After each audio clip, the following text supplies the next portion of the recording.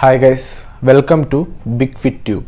So ഇന്നത്തെ വീഡിയോയിൽ നമ്മൾ പറയാൻ പോകുന്നത് ഒരു ഫാറ്റ് ലോസ് ഡയറ്റ് നമ്മൾ ചെയ്യുമ്പോൾ എന്തുകൊണ്ടാണ് അതിൽ ഹൈ പ്രോട്ടീൻ ഇൻക്ലൂഡ് ചെയ്യാൻ പറയണത്, എന്തുകൊണ്ടാണ് ഹൈ പ്രോട്ടീൻ ഡയറ്റ് ഫോളോ ചെയ്യാൻ പറയണത് ഒരു ഫാറ്റ് ലോസ് അല്ലെങ്കിൽ വെയിറ്റ് ലോസ് ചെയ്യുമ്പോൾ.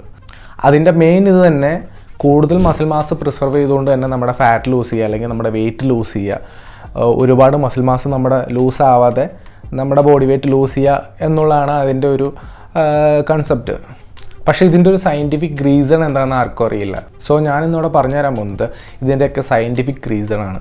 നമുക്കറിയാം നമ്മുടെ മാക്രോ ന്യൂട്രിയൻസ് എന്ന് പറഞ്ഞു കഴിഞ്ഞാൽ പ്രോട്ടീൻ, കാർബോഹൈഡ്രേറ്റ്സ്, ഫാറ്റ്സ്, ഇത് മൂന്നുമാണ്.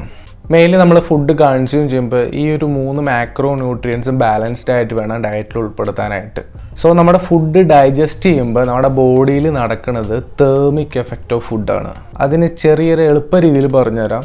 നമ്മുടെ ബോഡിയിൽ ഫുഡ് ഡൈജസ്റ്റ് ചെയ്യുമ്പോൾ നമ്മുടെ ശരീരത്തിലെ കാലറീസും ബേൺ ചെയ്യും. ഓരോ മാക്രോ ന്യൂട്രിയൻസും ബേൺ ചെയ്യണ കാലറീസ് ഡിഫറെൻ്റ് ആണ്. പ്രോട്ടീൻ്റെ കേസിലാണെങ്കിൽ പ്രോട്ടീൻ ഡൈജസ്റ്റ് ചെയ്യുമ്പോൾ 20 to 30% ഓഫ് കാലറീസ് ആണ് നമ്മുടെ ശരീരത്തിൽ ബേൺ ചെയ്യണത്. അതുപോലെ കാർബ്സിൻ്റെ കേസ് എടുത്ത് നോക്കുകയാണെങ്കിൽ 10 to 50%, ആൻഡ് ഫാറ്റിൻ്റെ കേസ് എടുത്ത് നോക്കുകയാണെങ്കിൽ ബിലോ 3% ആണ് കാലറീസ് ബേൺ ചെയ്യണത്. സോ ഇതുകൊണ്ട് തന്നെ നമ്മുടെ ഡയറ്റിൽ 50% കാലോറീസ് പ്രോട്ടീനിൽ നിന്ന് വേണം കൺസ്യൂം ചെയ്യാനായിട്ട്. ബാക്കിയുള്ളത് കാർബോഹൈഡ്രേറ്റ്, ഫാറ്റ്സിൽ നിന്ന് ഡിവൈഡ് ചെയ്തെടുക്കുക. സോ ഹൈ പ്രോട്ടീൻ ഡയറ്റ് നമ്മുടെ ഫാറ്റ് ലോസിനെ ബൂസ്റ്റ് ചെയ്യാണ് ചെയ്യണത്.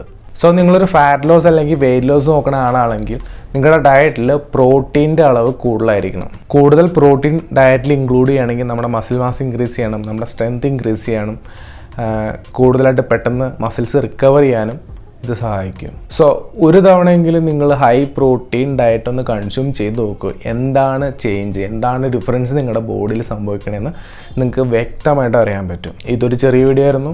അടുത്ത വീഡിയോയിൽ വീണ്ടും കാണാം. Good bye.